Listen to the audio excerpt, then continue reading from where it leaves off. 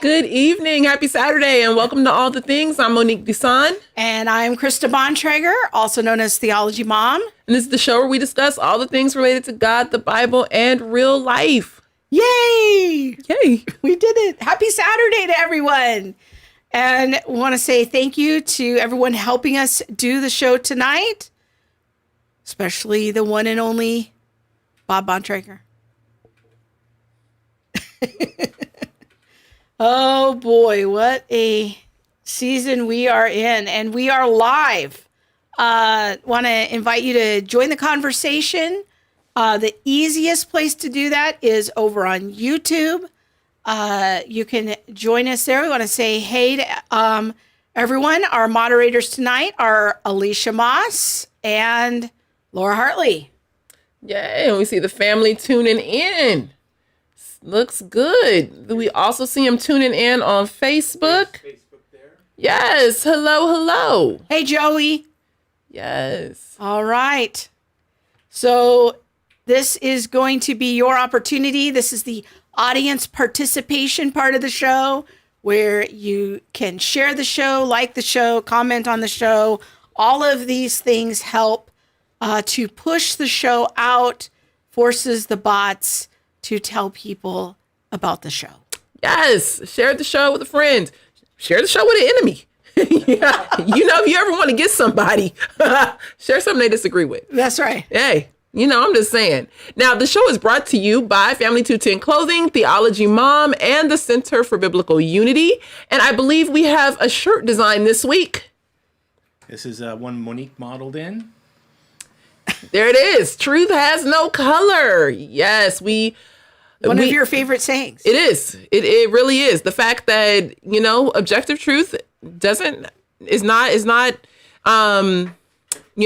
burdened by ethnicity or skin color or any of those things. So truth has no color. My other favorite shirt is speak truth to error. That's Too many right. times we are wanting to speak truth to power, but it's like, you know, not all power is wicked power. That's so right. we can speak truth to error and know that we do so because we have the word of God. That's right. So go to Family 210 Clothing or family210.com. I'm sorry.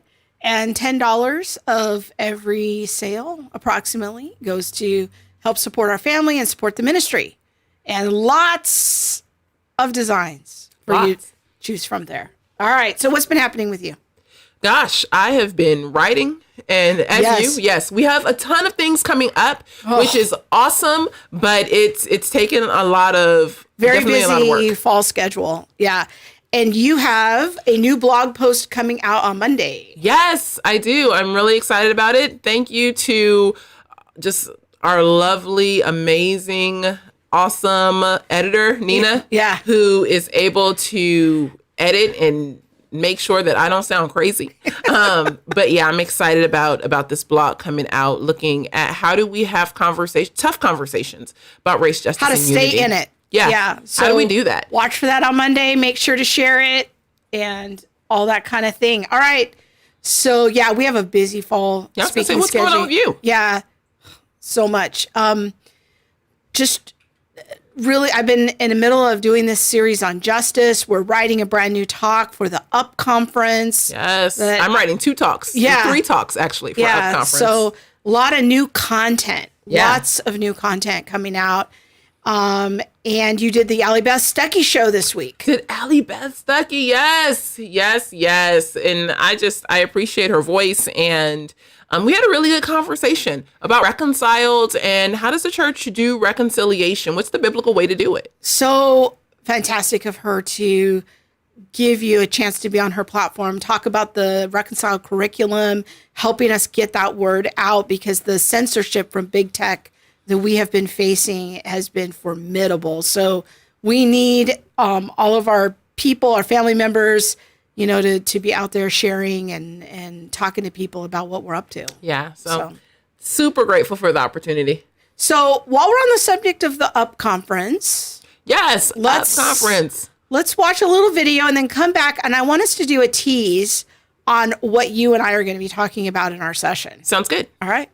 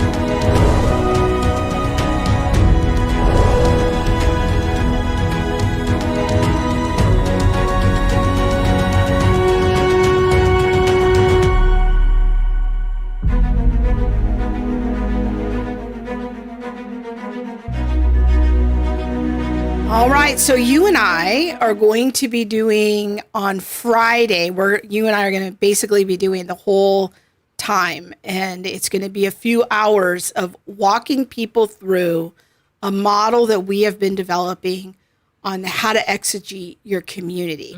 And really walking people through the nuts and bolts. I call it like the intersection of where the Bible and social service meet.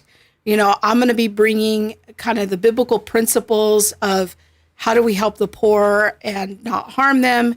You're going to be bringing your experience in social service from what you've seen and how to help people. Maybe talk a little bit more about it. Yeah, well, the talk is called Exegete Your Community. How do you exegete your community? How do you look into your community and find out what is really happening, or where biblical issues of injustice are happening? And how can you or your faith community, your group of friends, speak into the needs of a particular community? And so we are going to look at the biblical principles for that, and then also looking at the practical tools of how to do this. What are the questions that we should be asking? How do I dig into a community? What online resources are there? You know, it's one thing to have online resources, but if I put all my hope and faith in online resources and never go out into the community or into a community and get to know the people, then I'm still disconnected from the people and from the work that God may be calling me to do. So we're going to look at how do we realistically do this, not, putting all the burden on one person, not taking on more than what we can handle, but how do I find out what are the needs within a community? And there are tons of needs because we are human. People fall short on all manner of issues. And, can you support in all manner of issues? So how do we do this realistically and in a way that honors God? And I think this conversation will prep people very well for Katrina Elias's conversation on how do we empower versus enable, and my breakout conversation looking at what are some of the practical steps if you want to start a ministry focused on justice-related issues. Yeah, I think I'm really excited about it and bringing this talk is, and first of all, this is like completely new content that we really haven't, we've done some field testing with it in closed door events, but this will really be like our first kind of public presentation of this idea. But last year, what we saw with the whole aftermath of the BLM situation and George Floyd, there was this big outcry for justice.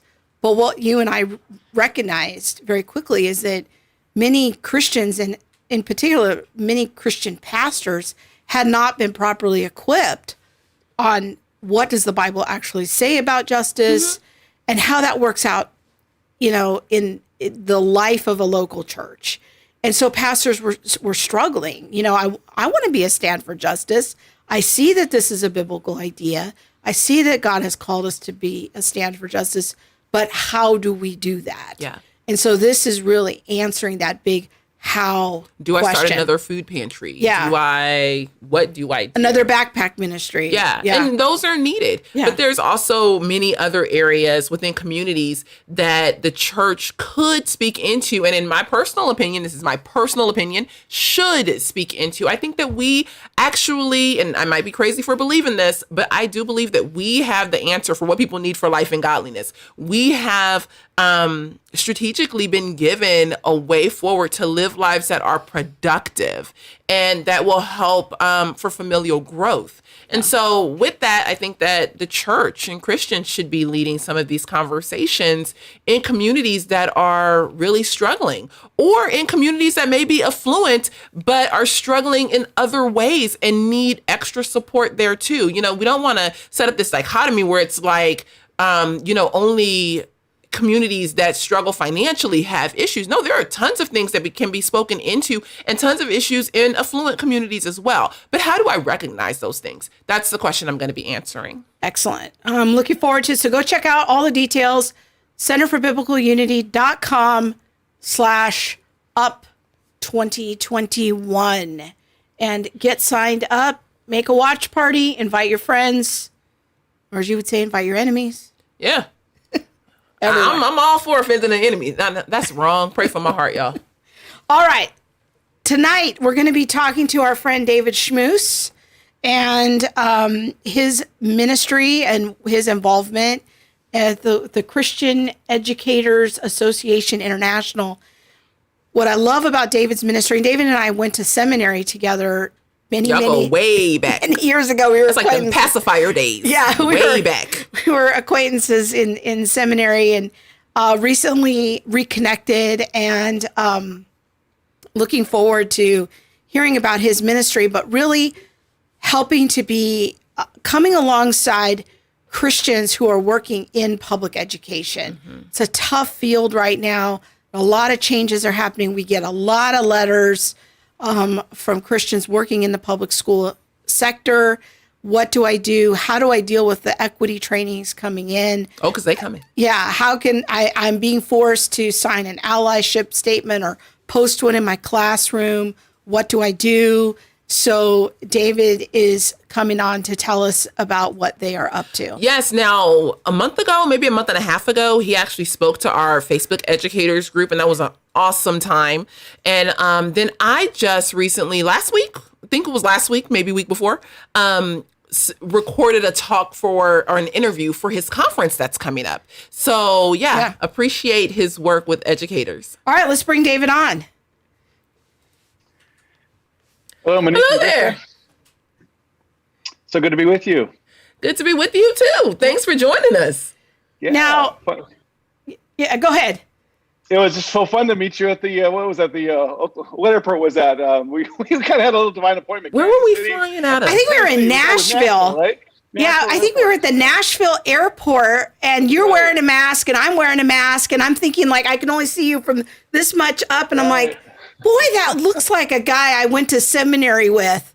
And so then I was stalking you on Twitter, and I'm kind of like looking at your picture while we're sitting there in the airport, and I'm like, all right, I'm just going to go ask him, are you David Schmus? You probably thought I was cuckoo for Cocoa Puffs. Yeah. So when you said my name like so perfectly, because a lot of people mispronounce it, of course. When you said it, I was like, I was dumbfounded. I was like, oh my gosh, this person knows me. And I hadn't quite clicked in yet. And as soon as you started talking, I was like, oh yeah. I took my little mask down, and so we were on a flight back to Orange County on the same flight, and you were with your family and stuff. So it was just such providence, because I had actually been thinking about trying to reach out to your organization, not knowing that you were the executive director. So it was just like the Lord just put you in that place for me. And I was like, oh my goodness. Right. So you were so excited. I just kept thinking, we're going to miss our flight if you don't stop talking. Let's go. Like, get on the plane. Let's go. Time to go. What's funny is we were already reaching out to Monique to speak at Rise Up when that was in process, but it wasn't me that was doing it. It was one of our partners.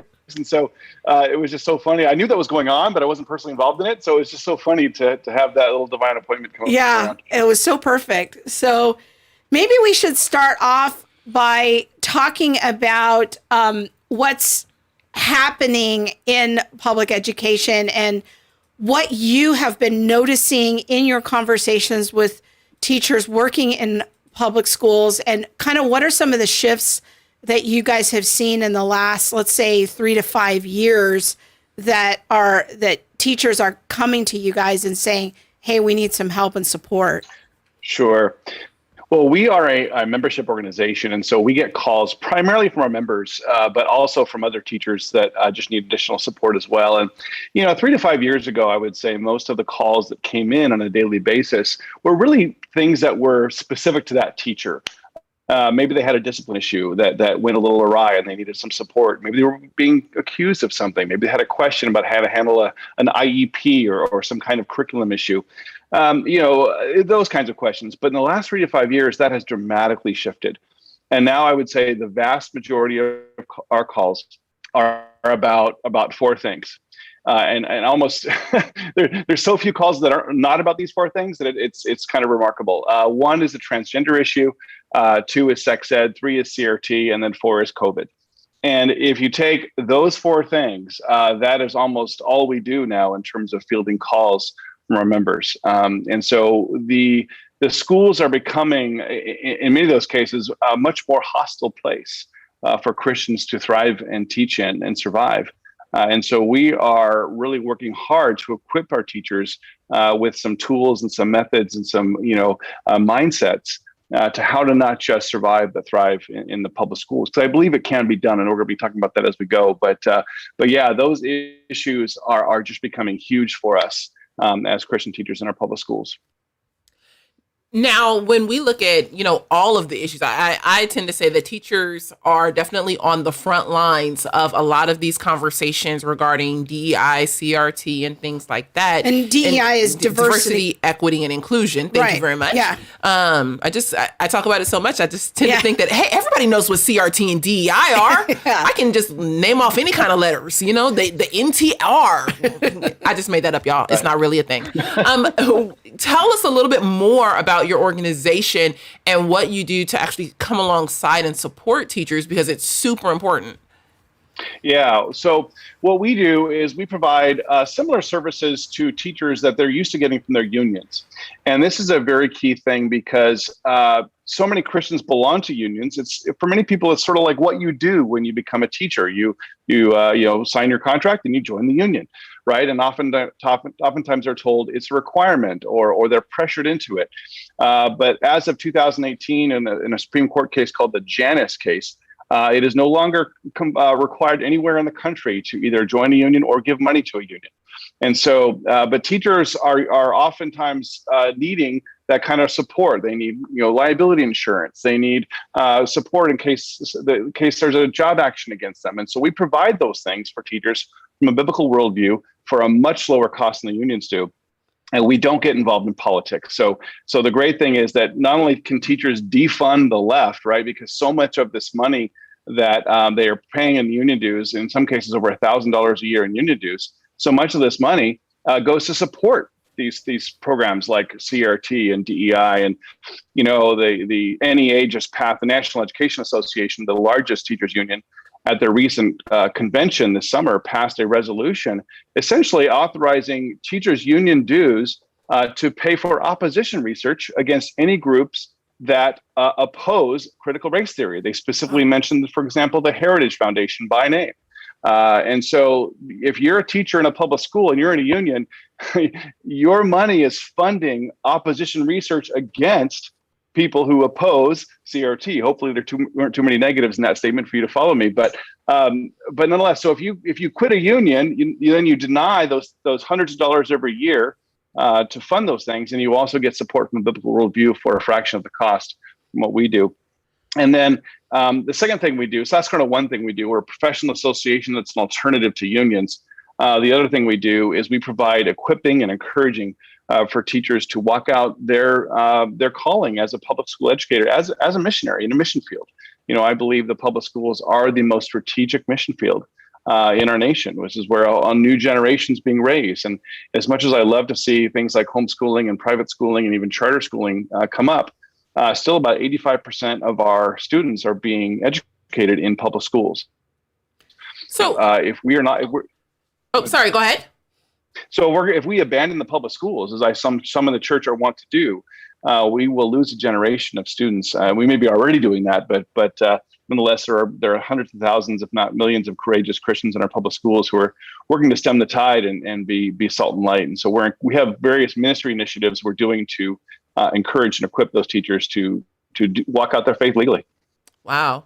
And I'm floored that, it would go to fund initiatives that are, in support of critical race theory or, that basically go against the Christian worldview. So here I am paying my dues if I'm a teacher, and yet my dues are going to support the 1619 Project. That could be right. that. So people can redirect, if they're working in public school education, they can redirect those union dues to CEAI as an alternative and get kind of some support, and even do they get legal protection? How does that work? Absolutely. Exactly? Yeah, so we offer unlimited professional, educational, and legal consultation for our members. So anytime they need support for really anything on campus, some people think that we only provide support for religious issues, like if they got in trouble for praying for a student or sharing their faith or something like that. No, we actually provide support for the whole gamut of educational issues. that teachers may come across. And so we're a full service professional association. So we have members in all 50 states. And we're only about $239 a year in terms of our dues, whereas most unions are between $600 to $1,100 a year, depending on the state you live in. So it's anywhere from, say, a third to 1/5 of the cost in some cases for teachers to belong to us. And yeah, they're not supporting all those causes. I did a research a few years back about union money ending up in the hands of Planned Parenthood, and it continues to go on. And of course, we can go on and on and on about where that union money goes. But for me as a teacher, as a former teacher, I came to the point where I just said, no, I can't do this anymore. I can't, in good conscience, have my hundreds of dollars every year going to support these causes that I just can't reconcile with my faith. And so I had to get out when I was a teacher. But now with the Janice case, it's so much easier than when I was a teacher. Now, you've alluded to and mentioned the fact that you were a teacher. Were you a teacher in public education sector? Like, what's your background in public education?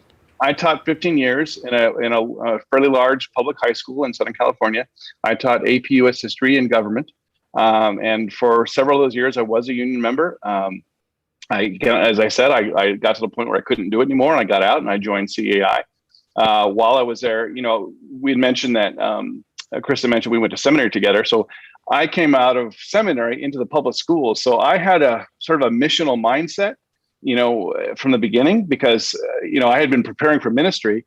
And then God said, toward the end of that experience, hey, I think your mission field, your pulpit is the public schools, if you will. And so that's where I was called to. So I for 15 years, I advised a Christian club. I did lots of ministry on campus. There's of course legal limits about that. We have some training about that on our website, what you can and can't do. But within the confines of the law, I did an extraordinary amount of ministry on that campus.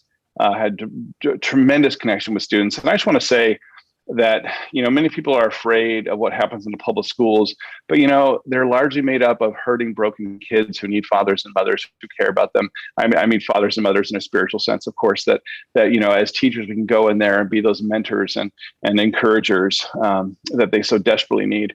And they're so broken. And of course, now they're getting so confused by our culture. They need people of substance. They need people of faith. They need people who know the right from wrong and the right from their left, as it says in the book of Jonah. To be an example of people who aren't just tossed by the winds of culture. And so one of the things we try to do at CEI is really encourage churches to cast the public schools as a mission field, to send adults into the mission field of the public schools, to be that salt and light and be that influence. So I loved it. I would go back to public school teaching, but God, after 15 years, God kind of tapped me on the shoulder and said, "Dave, this is what I have for you next." And so here I am leading CEAI. But I got to say, I love teaching in the public schools. I love how you're framing it as a mission field. I think that really resonates with thoughts I've had as well. Like, some people may have gone into teaching because of the love of teaching, which is great. But in order to, I think at this point, stay in it, you're really going to have to kind of have a mindset of, I'm here to influence these young people. I need to be solid in my faith so that I can be a true missionary in this very difficult context. And, yes. We've had many teachers who have signed up for our book club, signed up for our classes, that are trying to equip themselves so that they can be those influential voices and be informed. So I love that word picture that you're drawing for us of having that missionary mindset. That's so vital. Yeah. Krista, you said something very wise there. I used to tell my students that I started teaching because I loved my subject. I continue teaching because I love my students. And so what I encourage people to really, ask God to give you that love for your students, and he will. And he poured that out in spades throughout my career. And that's really what sustains the teacher long-term. And you're absolutely right about that. Amen. I think or at least I make up, that being in public education for 15 years, you would have seen a lot of what we see now, things like diversity, equity, and inclusion, this conversation of critical race theory, the conversation of many of the critical social theories. You would have seen those things in its like seedling state. And one of the questions that I'm wondering about is, how did you see, or did you see like educational equity or equity trainings even at their seedling state? And also, if you could explain to us, what is educational equity and this conversation of equity that many teachers are facing? Sure. Yeah, I did begin to see some of that. I left teaching in 2015, but even before that, I saw some of that coming in. I saw it in really two ways. I taught history. So one of the ways I saw it coming in was through Howard Zinn's People's History of the United States. I didn't use it as a textbook, but it was becoming back then even a very much a common supplemental source for teachers of, especially of AP US history. And I can see that. Well, we've had people write into the ministry about that book. Mm-hmm. So is that a popular textbook and program? It's tremendously popular. Howard Zinn is an admitted socialist, and he's passed away now. But his goal was to really tell history from the perspective of the oppressed. And of course, we know with our biblical understanding, there's not always something wrong with that. We want all of history to be understood, right? We want an accurate portrayal of history, and sometimes that does mean looking at things through the eyes of the oppressed. But his lens was so exclusive that it really was to demonize the United States. And, I always said, well, what makes America special is not that we had slavery. Every culture has had slavery, right? What makes America special is we fought a war to end it. Okay, but that failure to understand the exceptionalism of what made America special was not the sins of America, but the redemptive things about America. And of course, Zinn, that's nowhere to be found in Zinn, right? Zinn's history is all about demonizing America and how America, hurt all these different groups. And of course, it puts everyone in groups rather than treats us as individuals. And I saw some of the early seeds of that certainly coming into my profession when I would go to, say, professional developments or additional trainings. But even in some of my students were starting to pick up some of this stuff, even though I wasn't assigning it to them. I started to see some of my students coming in with that mindset and asking certain questions. And so I was starting to deal with it then. The other way I saw it coming in was, as Monique mentioned, was that word equity. And equity was explained to me before I left teaching, was treating people with the understanding, treating students with the understanding that not all people come from the same starting point. And, it was kind of understandable back then. It was like, okay, I can have additional sympathy for a kid, or provide additional support for a kid who may come from a disadvantaged background. I don't think there's anything particularly wrong with that, right? I think that's what we do as compassionate people. But now, of course, what equity means more and more is that, hey, we've got to find a way to get everyone to the same finish line. And when you say getting everyone to the same finish line, that brings a whole lot of additional things that have to happen, and really have to kind of bring down the achievers, right? To raise up the non-achievers, if you will. We published a study in our magazine, Teachers of Vision magazine, a few years ago, from a scholar named William James, who's someone that I would love to introduce you to if you're not always familiar with William James. It's Jeynes. He wrote an article saying that the achievement gap in education completely disappears. When I say achievement gap, I mean, historically speaking, there's just been an achievement gap between different racial groups, right, in their school achievement. He said it completely disappears when you factor out things like two-parent families and serious commitment to faith. So if you look at just kids of two-parent families and kids who have a serious commitment to faith, or families that do, the achievement gap completely disappears. And he shows that in our research we publish in our magazine.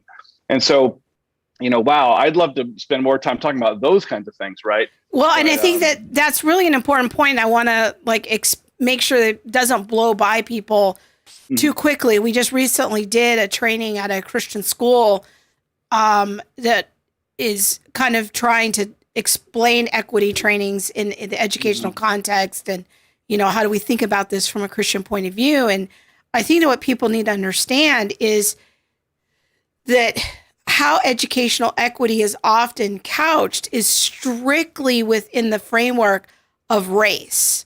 Let's add up all these numbers and look at achievement gaps in terms of race. Oh, we see that Black and brown students are performing at this level in math and reading and language skills. White students, Asian students are at a different level. Therefore, this disparity must be due to racism. Now, there's a thoughtful way of going about that discussion where, yeah, we could have that conversation. We could ask more penetrating questions. What's happening here? Is this about neighborhoods? Is, that kind of thing? Is it about funding? But then the question is what other factors are there?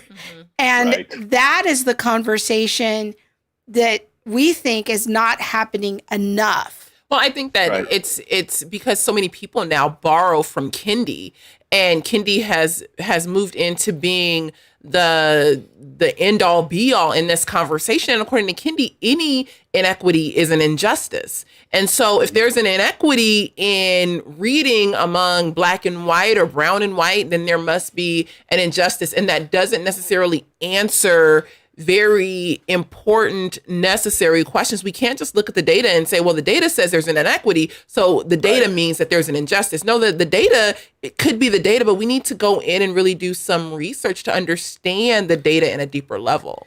And I think that this is also another thing I want to make sure doesn't blow by people is what we're really talking about is outcomes. So how do we, all of us are in favor of, I think we can agree quickly of hey, if there's a reasonable obstacle that can be removed for a child to help increase their performance, great, let's talk about that. But to get to a point where all racial groups are performing the same, I'm not sure that's the right outcome to look at. I don't know if you have any thoughts about that. No, yeah, I agree completely.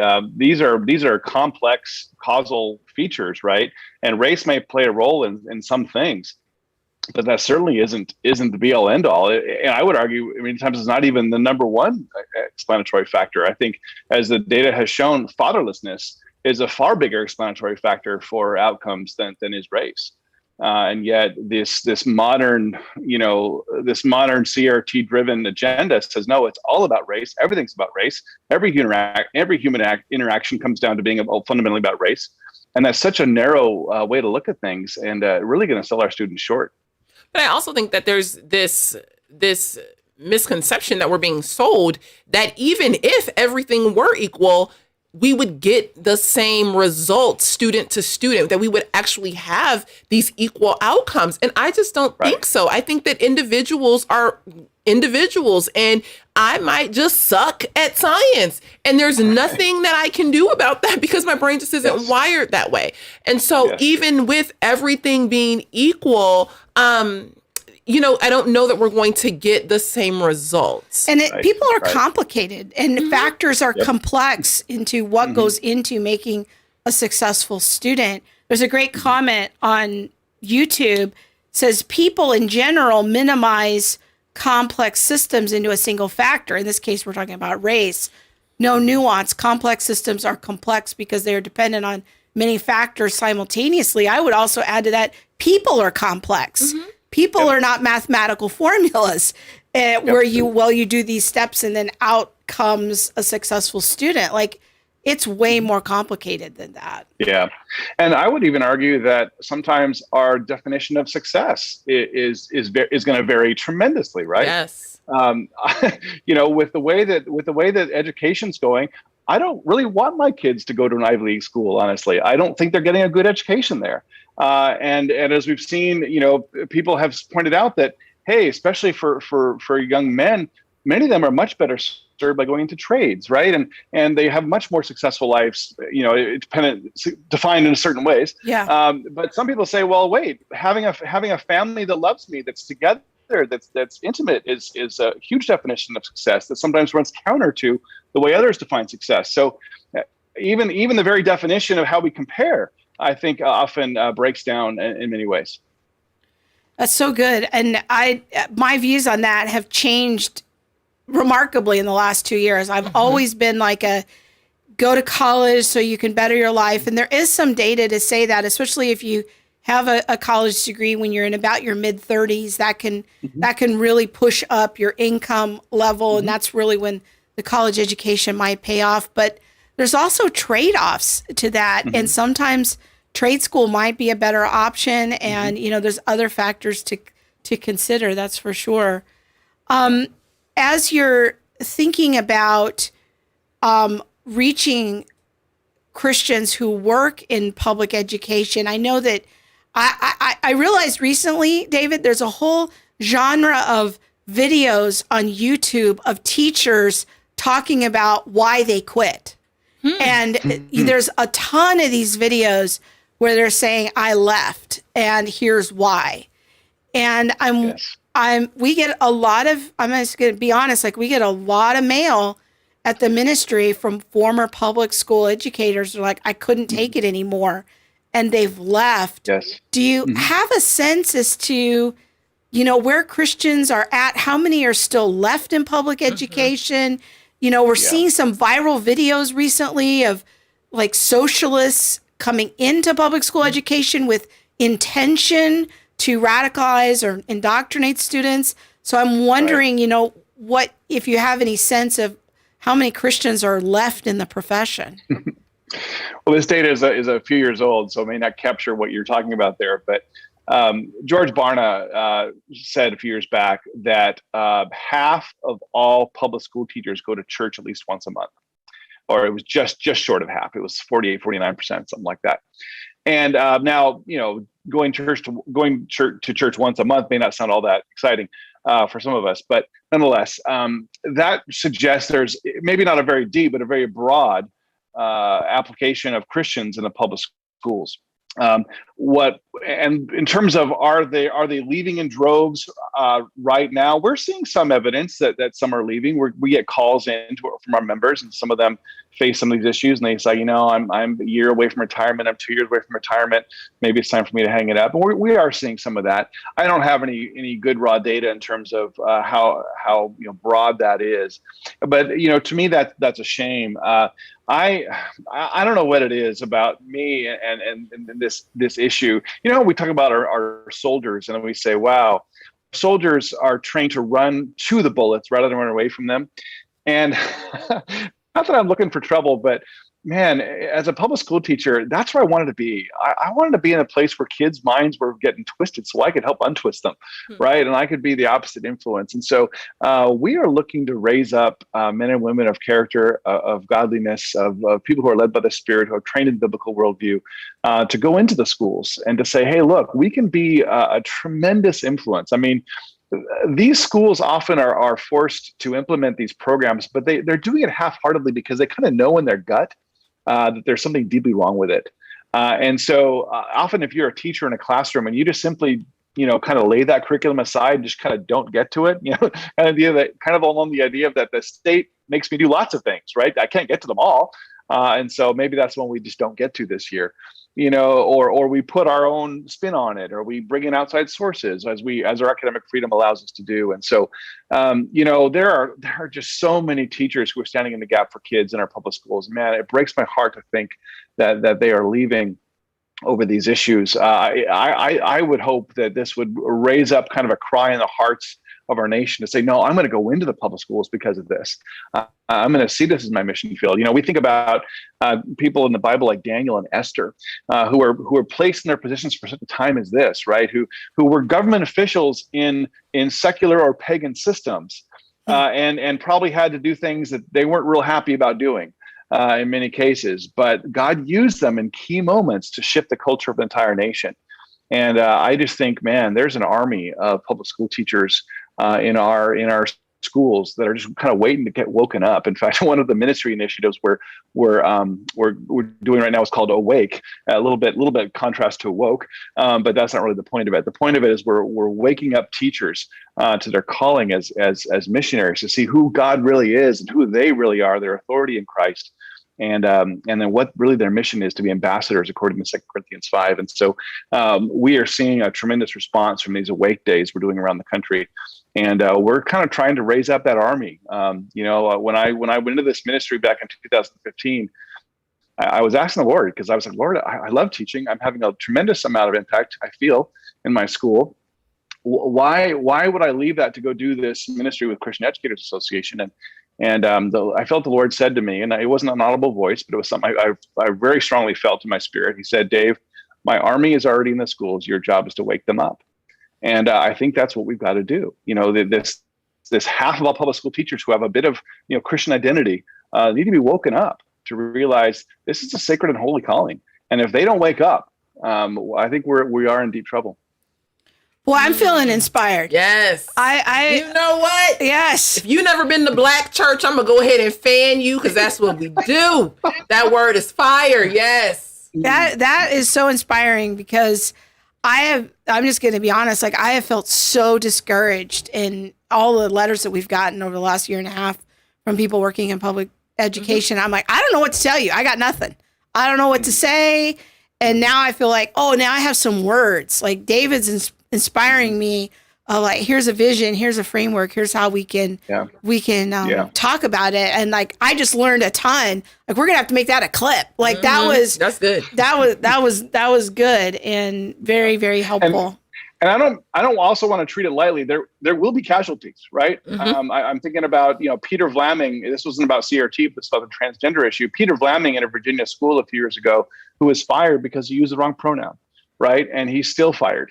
His case is going through the courts, but honestly, it doesn't look real good at the moment. And so there will be casualties. But, part of the issue is I think as American Christians, so often see our job as sort of the be-all end-all, our financial security as the be-all end-all. And we don't trust the Lord, to seek first the kingdom and let him add all these things unto us, right? And so when we put our job in the proper place, simply our assignment at the time for where God has us, and if he wants to change that assignment, he can. Right. I think that gives us much greater faith, because we realize, okay, if I get fired, I get fired. God will have a new assignment for me.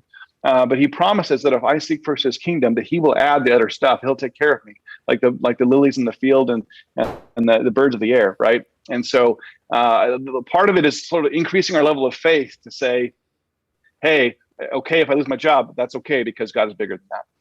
Yes. Come on through, David. Yes. Now, here's a question, though. As missionaries in the public school field, I see teachers taking hits left and right. And I do have a more fighter mentality. So here's my analogy would be. Monique's been suspended from school 10 times. She's ready for a fight. Why you got that ain't public knowledge? Pardon her, family. You ain't telling my business. Oh, sorry. Okay. Oh, sorry. Okay. All right. Yeah. So I might have been suspended a time or two for fights. I grew up in it was a special situation. But anyway, back to the question at hand. Teachers are taking knocks left and right.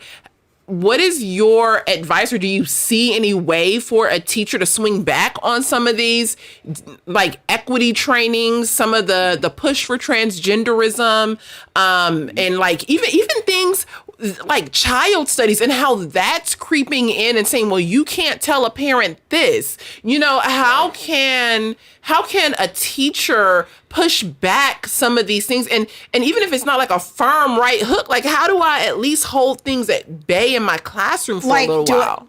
We're getting letters from people like, I got to post an ally statement in my classroom, or my district is saying, I have to comply with calling a child by their stated pronouns, but I'm not allowed to tell their parents. This feels like I'm undermining the biblical call for parental authority. Like, there's some very real ethical dilemmas for teachers.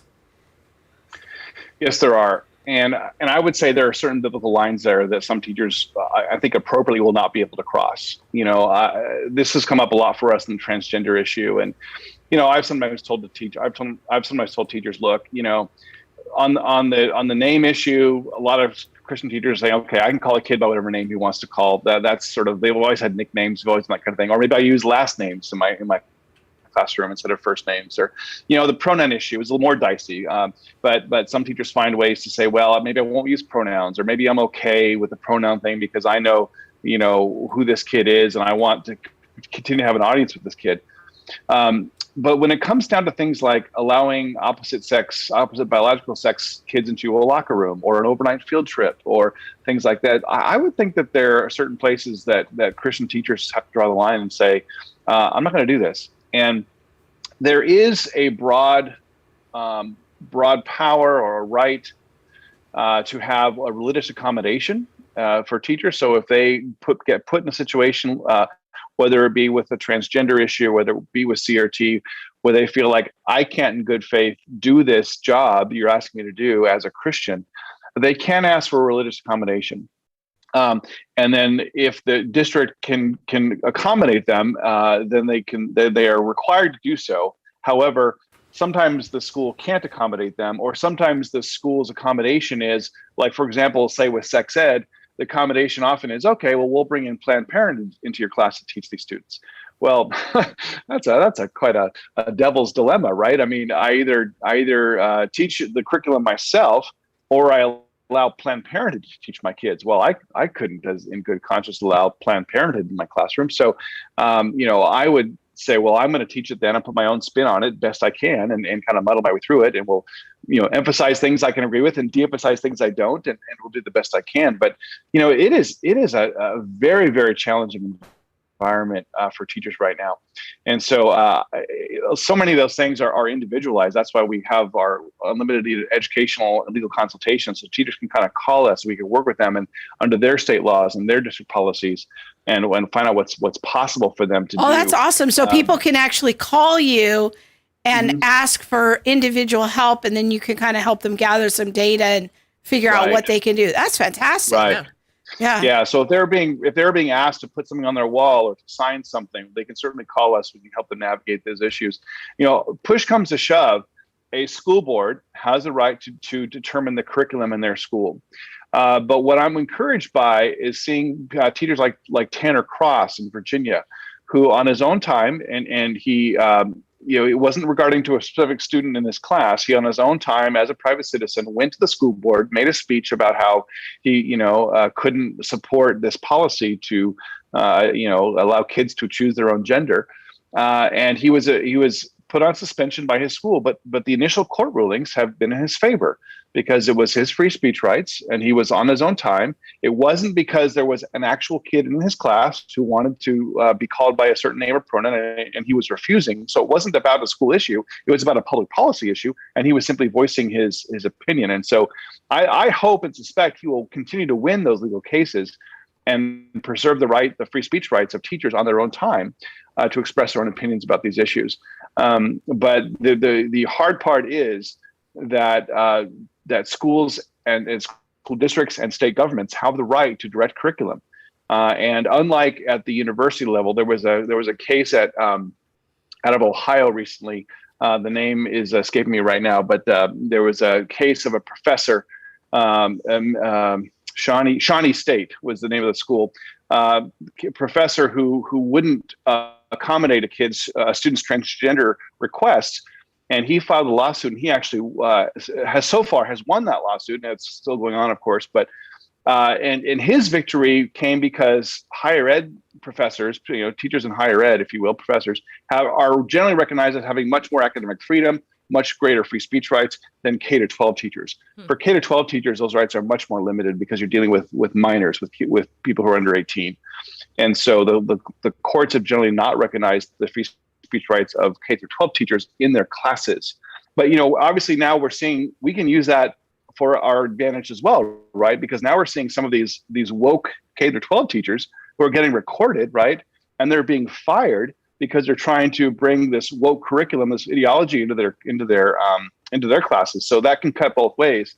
So there might be some positive silver lining there for us in terms of the free speech rights or lack thereof of K-12 educators.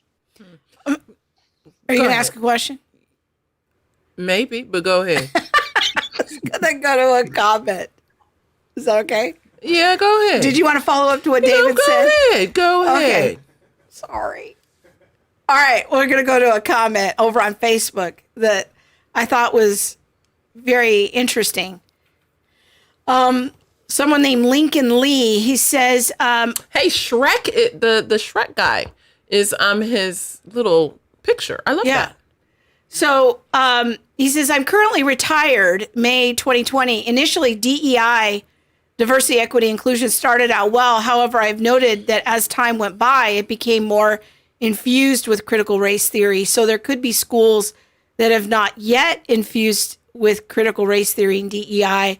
I suspect with time, if things are not held in check, DEI will eventually be infused with CRT ideas." I think that's a very important point, because we've talked to some people even in Christian higher ed who said, they started noticing it coming into Christian higher ed trainings about 10 to 12 years ago.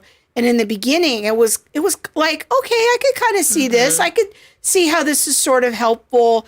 But then now it's ramped up into kind of being infused with the critical race theory principles. Yep. And that, I think, is what has the era that we're living in now. Now, that might vary from school to school or district to district, but, the degree to which that's happened.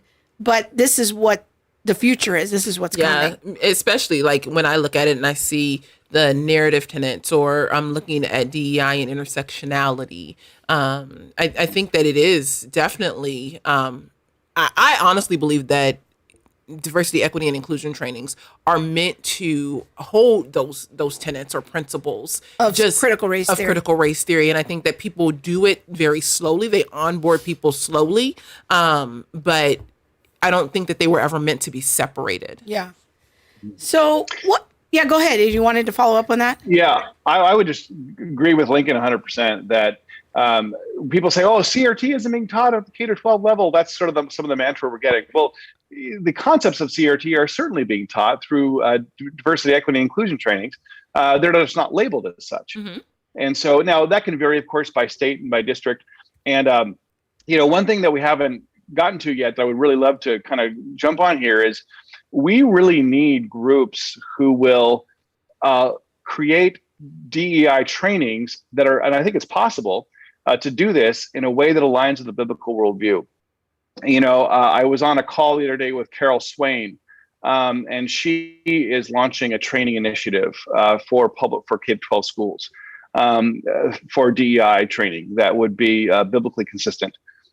There is a group called Hardwired that I'm working with also, and Hardwired has been doing trainings on the invitation of the Iraqi government. They've been brought in to follow up ISIS into these schools and train teachers on the value of religious freedom, believe it or not. And they do it from a human rights perspective that, we are all, they don't know if they use biblical language, they typically don't, but they, basically we're all created equal, right? All of equal value. And so they are working on a DEI curriculum that would be biblically consistent for public schools. And so that's such a needed thing. And I'm glad Carol Swain's doing that, because she's a friend of the ministry. And I know that, that's great to know that she's in that space. We have developed a DEI training for Christian schools as an alternative, based on Christian principles, but also helping Christian school teachers understand what DEI even is, and and then helping walk them through a Christian perspective on these things. But all of these tools are needed. We all need each other. That is true. Yeah. And one other thing I think that we might see is civil rights lawsuits that will be successful. I mean, because it's really easy for CRT to create a hostile work environment for Christian white males, for example, right? We're the oppressors in three categories, and so it's very easy for these things to go overboard. In fact, there's a lawsuit out of Stanford that we're watching very closely that is basically trying to establish just that they at Stanford they created whiteness accountability groups and things like this, and so there's a lawsuit that says, hey, this is a violation of my civil rights. And we think with the current membership of the Supreme Court that those lawsuits have real potential to maybe kind of bring some balance to the force, if you will, in terms of what's being done across the country with diversity, equity, and inclusion. So we're very hopeful about that. That's good to hear that there's some pushback and some advocacy in the legal realm to try to push back on that. I'm wondering if you could sit down for coffee with a lead pastor or a group of lead pastors at a church, and you could say, hey guys, here's what you could really do to help encourage the public school teachers in your congregation. I'm wondering what that would be. What would you tell those pastors? Yeah, first thing I would say to do is, man, you've got to say to your teachers, we see you, we understand you, we commission you as missionaries, we believe in what you're doing, we know it's important. Provide support for them. One thing happened with Tanner Cross, who was the teacher that stood up against the transgender stuff in Loudoun County, Virginia, is Tanner's church got behind him publicly. And they said, hey, he represents the biblical worldview. We support him. And they rallied people to go to school board meetings and things like this. And that is also a huge deal. If teachers feel they're supported, they're not isolated and alone. Of course, we provide that as well. But if their local church does that, that's even more powerful. I would also encourage them. There's several initiatives they can get involved with. If churches want to bring in a wake day to their community, they can certainly do that. We'd love to talk to them about that if they go to ceai.org/awake. And this is a bit of a pilot program, but it's pretty powerful. Even the 6 or 7 we've done so far have had amazing results. Also, we offer something called a LIFT event. A LIFT event is an attempt to gather all Christian teachers typically in public schools, but also we have private schools as well. All Christian teachers together across an entire community or region for an evening, a dinner, inspiring testimonies, and it really changes culture because the teachers kind of learn that, hey, I'm not alone. There's other teachers who are walking out their faith legally and biblically, and I can do it too. And they go back to their schools really transformed and changed because now they see the possibilities. And we're seeing a lot of great fruit from LIFT dinners. Also, one of our partner ministries called Gateways to Better Education is doing something called the Free to Speak campaign. And I'd really encourage teachers, churches out there to go to gogateways.com, I think it is, gogateways.com. And it might be .org, but I think it's .com. And to check out the Free to Speak campaign, because this is an opportunity for churches to help really bring about a revolution in their community of the rights of students and teachers in public schools to exercise their faith and to make faith sort of a focal point, or the exercise of faith a focal point of community culture. And it's really quite an innovative program. I'd really encourage people to check it out as well. And so something else that some churches do is they get together they find all their public school teachers in their school and they say, hey, we're all going to give you a free membership to Christian Educators Association. We're going to cover the costs and make sure that you get the support you need through CEAI. And we have several churches that do that also. So, but just that power of being seen and recognized, we have Bless Our School Sunday coming up. I think it's on the 18th. And Bless Our School Sunday is something we're partnering with Moms in Prayer. And if they just have their teachers stand up on Bless Our School Sunday and recognize them and pray for them, that's a huge deal. Those are such great ideas, and I love the practicality of that. I think, this reminds me of the conversation we had a few weeks ago with Abraham Hamilton, about the importance of, sometimes we do need to stand up. We do need to, sometimes even engage in a legal conversation to protect our freedom and free exercise of our religion, and that is important. I'm thinking about Christian schools, because from what we're hearing, DEI is even coming into some Christian schools.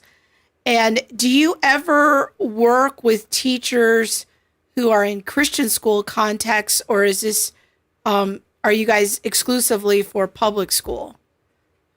Exclusively is too strong of a word, but certainly predominantly public schools. We do offer, we have several private school teachers who are members of ours, but we don't typically work in that space in terms of providing resources for them, just because there's so many other ways that they can get that. Very good. ACSI, for example, is an organization that supports Christian teachers in private schools. So we typically focus on public schools in terms of our resource development and ministry focus. All right, there's a comment, I think, on Facebook Monique wants to go to. Michael. We're going to get it up here on the screen. There we go. Says, from what I've seen, CRT isn't being explicitly taught as a framework, but its principles and tenets are being applied. It is therefore being infused, but people don't know because they aren't necessarily familiar with CRT-specific language. For example, I think it's interest convergence isn't taught in my district, but the idea of it has been infused in our DEI professional training. And interest convergence, let me explain that really quick. Interest convergence is is a tenet of critical race theory, and it is the idea that racism, white to black, will only end, or white to people of color will only end when it is in the best interest of the white majority group. And so we will see racism until it is, until the interests converge. So it is to my benefit, but it's also to the benefit of the white majority culture to end racism. I think this is a great comment, and I would love to hear your thoughts on it. I think it's important because one of the things that Krista tends to say is that for people who are like 30 and under, the ideas or tenets of critical race theory have been kind of what they're swimming in. It's along with this idea of postmodernism, critical race theory that came in at the end of the 80s. And so a lot of these tenets have just been part of their upbringing. Thoughts about race, like I know I just grew up with thoughts about white people specifically that I didn't realize were part of critical race theory. It was just part of the culture, part of the common conversation and language.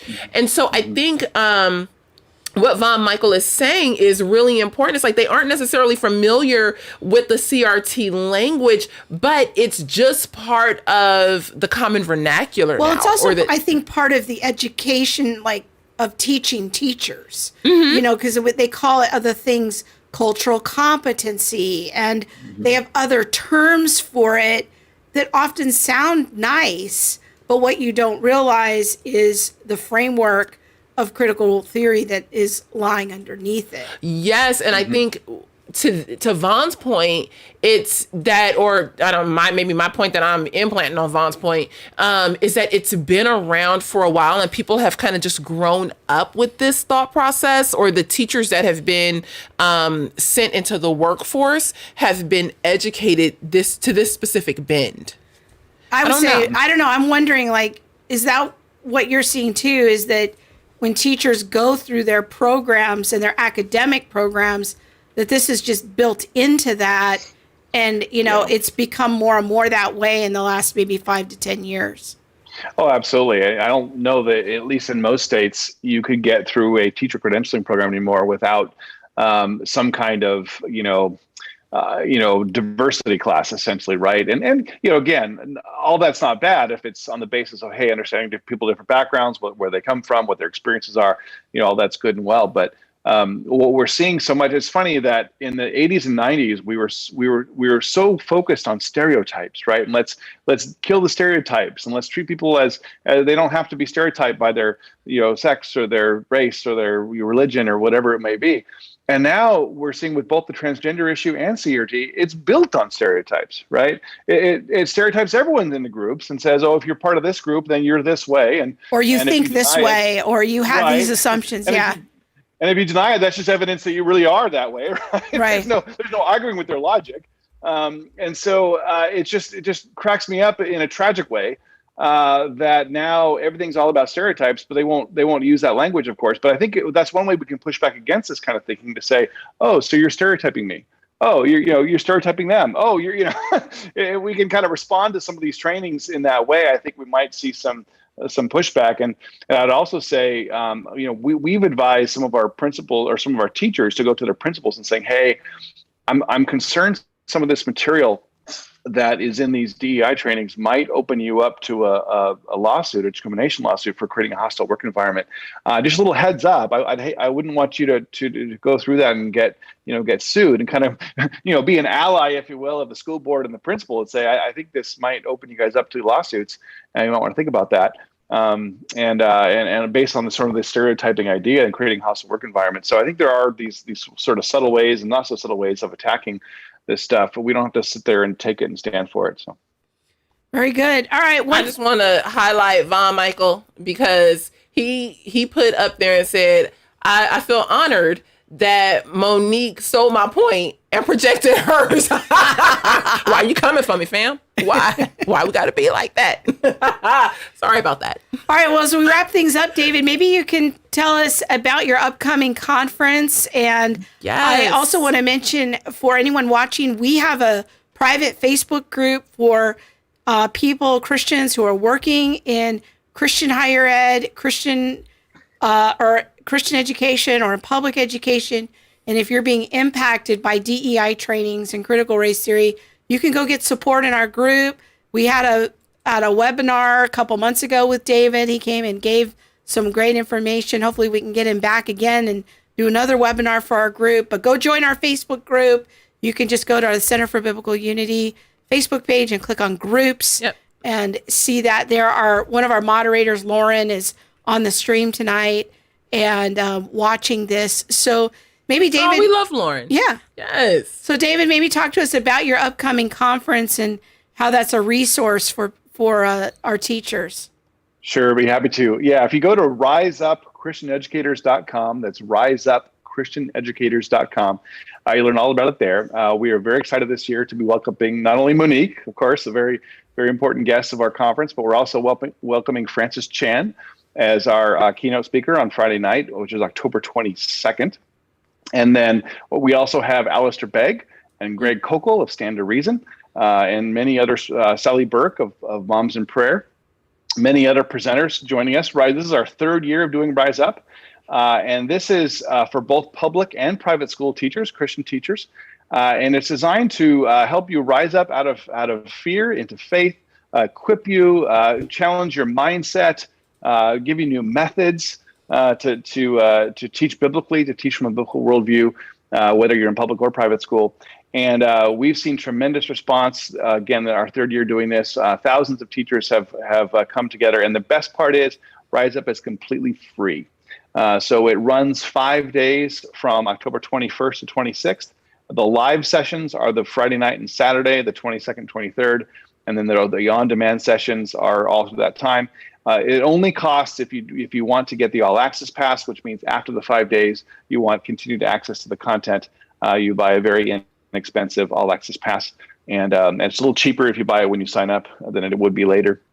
But we are very excited about Rise Up. And so, go to ChristianEducatorsRiseUp.com and check that out. And as you scroll there, I want to point out there's lots of opportunities for interaction. It's not just a talking head kind of thing. Many of the live sessions are followed by Q&A sessions. We have an idea swap on Friday night, which is kind of like Ed Camp, if teachers are familiar with that idea, where we're going to have different topics that people can kind of come, and there's no set speaker. There's just kind of we got Greg Kokel. Very good. Yeah. And then there's also going to be a prayer room for teachers that want to get in there and get personalized prayer. And so we really encourage you to join us for Rise Up. Awesome. Another one of our moderators for our teacher group says, please make sure that if you're joining the teacher group, you actually answer the questions. We want to maintain the integrity of the group and also confidentiality. And so by answering the questions before you click, hey, let me in, actually helps us to do that. If you don't answer the questions and you just say, hey, let me in, we're not letting you in. We're just going to be honest. We're not letting you in. Sorry. Got to answer those questions. Yeah. All right. Well, thank you so much, David. We really appreciate you coming on the show and talking to us. This has been a great conversation. I think you've really encouraged a lot of people through this discussion. Yes, it's been thank you so much for having helpful. me. It's been a pleasure. All right. Thank you so much. Thank you. Thank you, guys. Bye. All right. That was great. That was super helpful. Yeah, it was good. I feel so much better. Oh, that's good. I feel so encouraged. I feel like I have a strategy now. Okay. Of how I can help people that are in. Look at you. I know. I was feeling so hopeless about this. Oh man. So see things I find out on the air. Go ahead. wasn't necessarily aware, but all right. I want to talk for a minute about book clubs. Let's do it. Yes. So we're having 3 book clubs. Okay. They're starting very soon. So we want to let people know about them, but I want to give them, kind of explain what we're up to here. Like first we've got the African American Guide to the Bible. Now, if any of you remember our show from June about slavery and what does the Bible have to say about slavery with Dr. Felder, that was a very popular show. Well, guess what? He is actually going to be leading this book group. Yes. He's the author of the book. Yeah. And he's going to actually lead the book group. You know, there's quite a few objections that many African Americans put forth regarding Christianity. Yeah. Believing, like, is it a white man's religion? You know, what is the real about things like the slave Bible? How was Christianity weaponized to maintain or uphold slavery? You know, there's a lot of questions. Where are black people in the Bible? Yeah.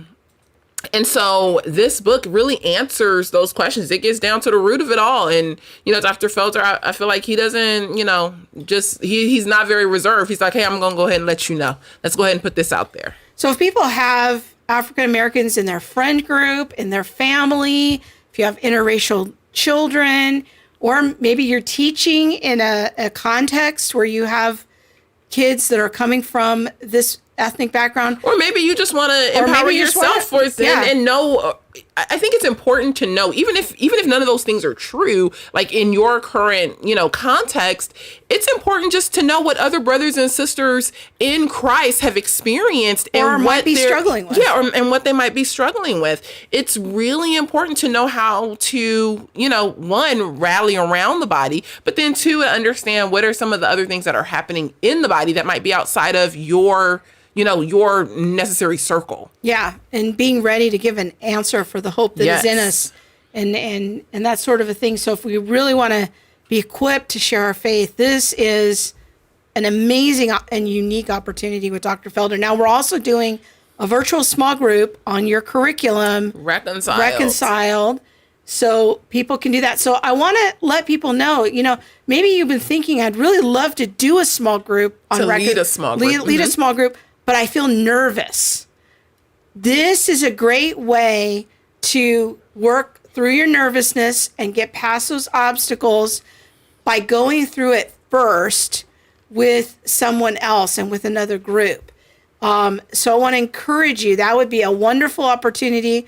Go sign up for the virtual small group on Reconciled. Or if you're thinking, I'd love to go through Reconciled, but I don't have any like-minded people in my life who want to have this conversation, sign up.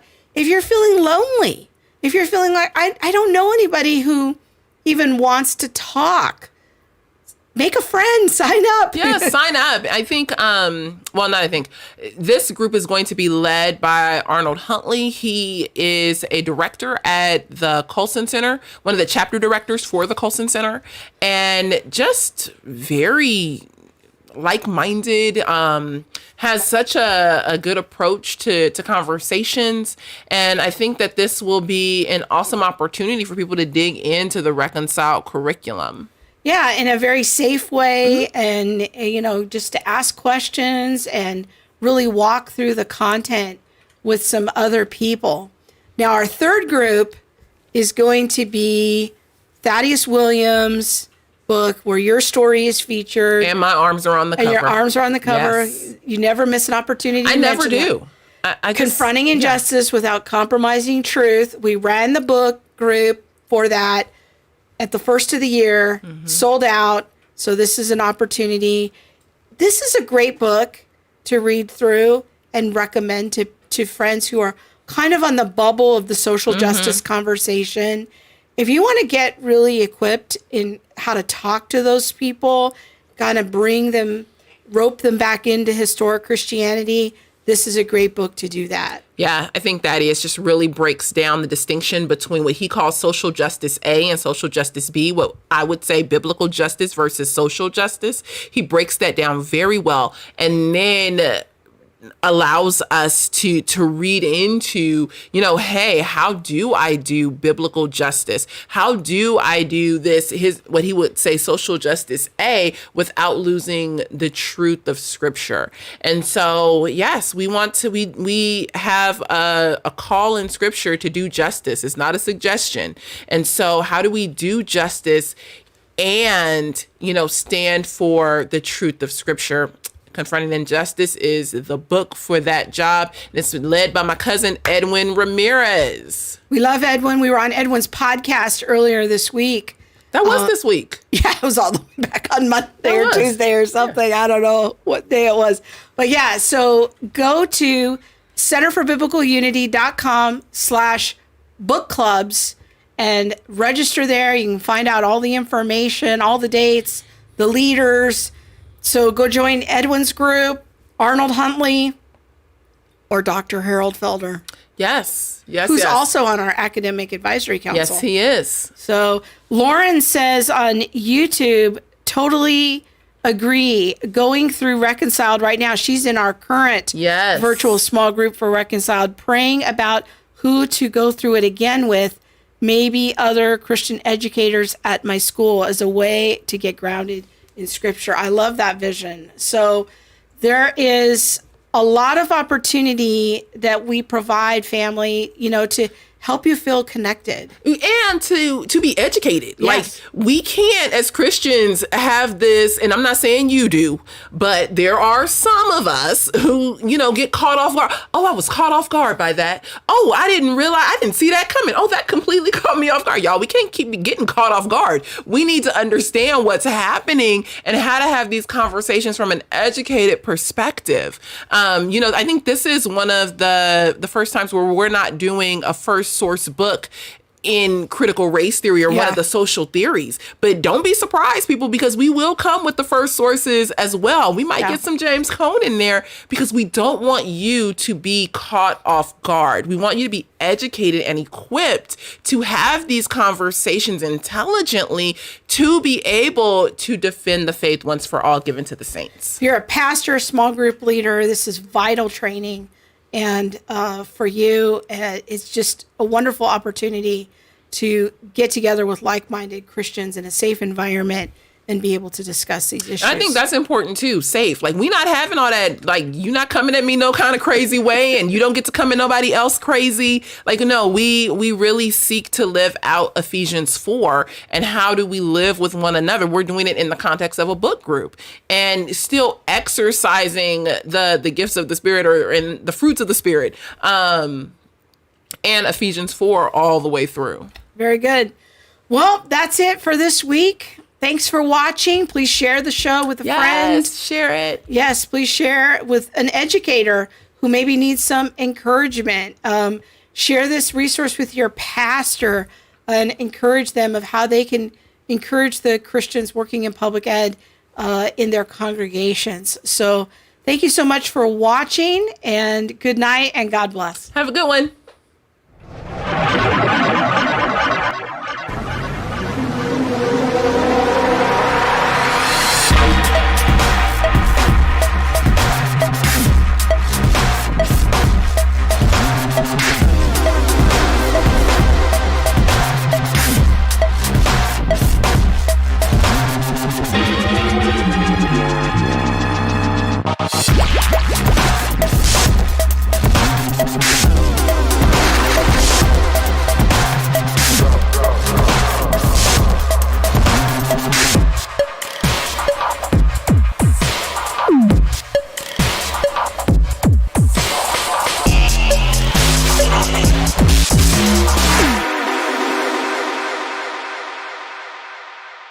There's nothing like